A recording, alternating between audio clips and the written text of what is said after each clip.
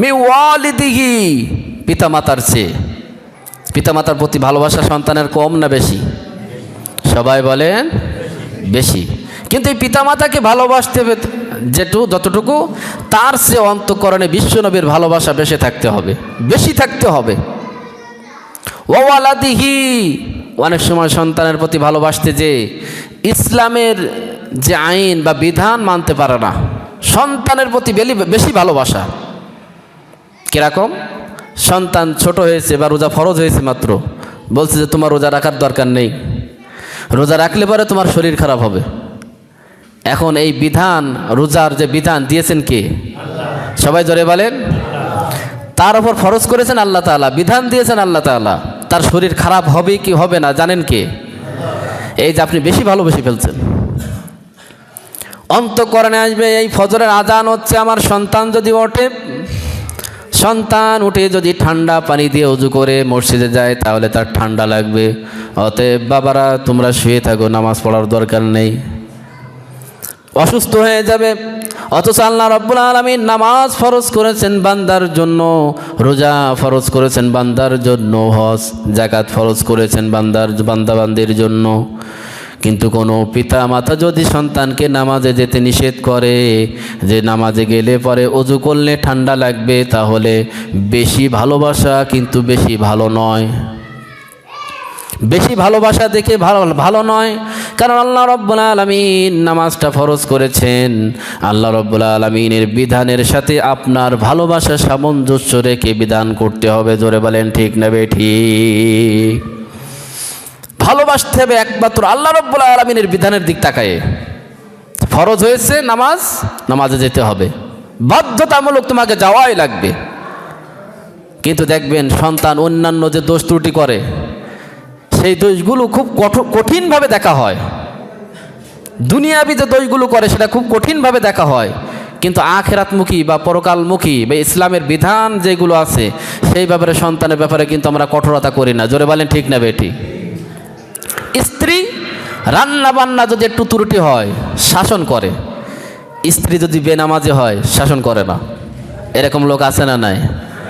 আরো জোরে বলেন আছে না নাই? ইসলামের ব্যাপারে কঠোর হতে হবে।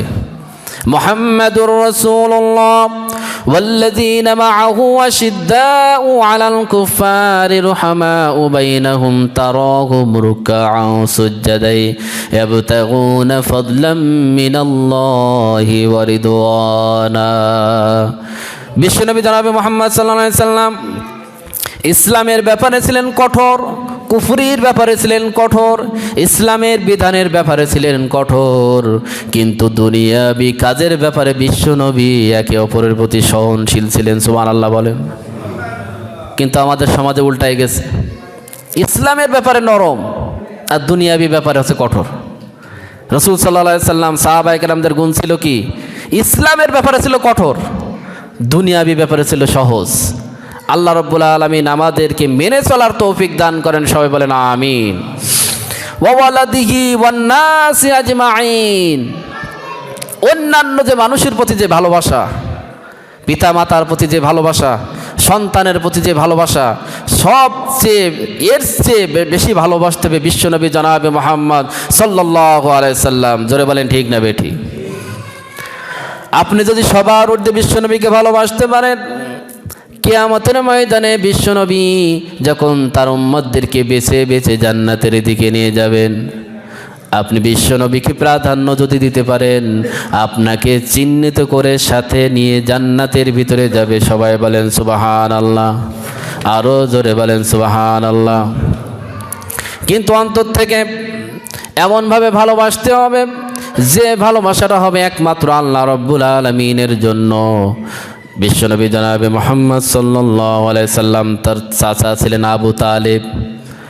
আবু তালেব যখন মৃত্যুশয্যায় ছিলেন, মৃত্যুর কষ্ট যখন ভোগ করছিলেন, মৃত্যু যখন আসবে আসবে ভাব, সেই অবস্থায় বিশ্বনবী বললেন, ইয়া আম্মি আবু তালেব কুল লা ইলাহা ইল্লাল্লাহু হাজ্জুল লাকা ইয়াউমাল কিয়ামা। বিশ্বনবী জনাবে মুহাম্মদ সাল্লাল্লাহু আলাইহি সাল্লাম তার চাচা আবু তালিবকে বললেন, ও আমার চাচা, আপনি একবার বলেন কুল লা ইলাহা ইল্লাল্লাহ। আপনি একবার যদি লা ইলাহা ইল্লাল্লাহ বলতে পারেন, হাজ্জুল লাকা ইয়াউমাল কিয়ামা, আমি কিয়ামতের ময়দানে আল্লাহ রাব্বুল আলামিনের সাথে ঝগড়া করে আপনার জান্নাতের ব্যবস্থা করব। বলেন আল্লাহু আকবার। আরো জোরে বলেন আল্লাহু আকবার। যখন আত্মীয়তার দিক দিয়ে ভালোবাসলেন, আল্লাহ রাব্বুল আলামিন আয়াত নাজিল করে জানিয়ে দিলেন, ইন্নাকা লা তাহদি মান আহবাবতা ওয়ালাকিন্নাল্লাহা ইয়াহদি মান ইয়াশা। আল্লাহু আকবার। হে নবী, আপনি চাইলেই কাউকে হিদায়াত দিতে পারবেন না। আপনি মন থেকে যেটা চাইবেন কাউকে হেদায়েত দিতে পারবেন না। হেদায়েতের মালিক কে? আরো জোরে বলেন কে? ওয়ালাকিন্নাল্লাহা ইয়াহদি মান ইয়াশা।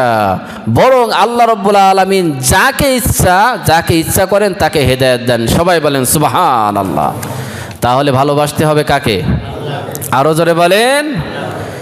এই জন্য আল্লাহ রাব্বুল আলামিন বলছেন, কুল ইন কুনতুম তুহিব্বুনাল্লাহ, হে নবী আপনি বলে দেন, তোমরা যদি আল্লাহকে ভালোবাসতে চাও, ফাত্তাবিউনি, তবে যেন তারা বিশ্বনবীকে অনুসরণ করে। বিশ্বনবীকে অনুসরণ যদি করতে পারে, ইউহিব্বুকুমুল্লাহ, তাহলে আল্লাহ রাব্বুল আলামিন তোমাদেরকে ভালোবাসবেন। জোরে বলেন সুবহানাল্লাহ। শুধু ভালোবাসবেন না, বোনাস আছে তার ভিতরে কি? ওয়ায়াগফির লাকুম যুনুবাকুম আল্লাহু গফুরুর রহিম। আল্লাহু আকবার। ওয়ায়াগফির লাকুম যুনুবাকুম, ইতিপূর্বে যা গুনাহ করেছেন, যা পাপ করেছেন, আল্লাহ তাআলা সমস্ত গুনাহগুলো মাফ করে দেবেন। সবাই বলেন সুবহানাল্লাহ। তিনি তো গফফার, আল্লাহু গফুরুর রহিম, তিনি পরম দয়ালু, পরম ক্ষমাশীল। যা পাপ করেছেন পূর্বের সমস্ত গুনাহ মাফ করে দিবেন।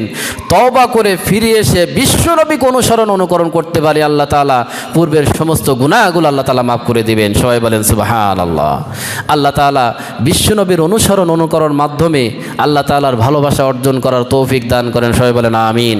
14 ফেব্রুয়ারি খ্রিস্টানিজমের যে রীতি বা উৎসব থেকে বেঁচে থাকার তৌফিক আমাদের দান করেন। সবাই বলেন আমিন।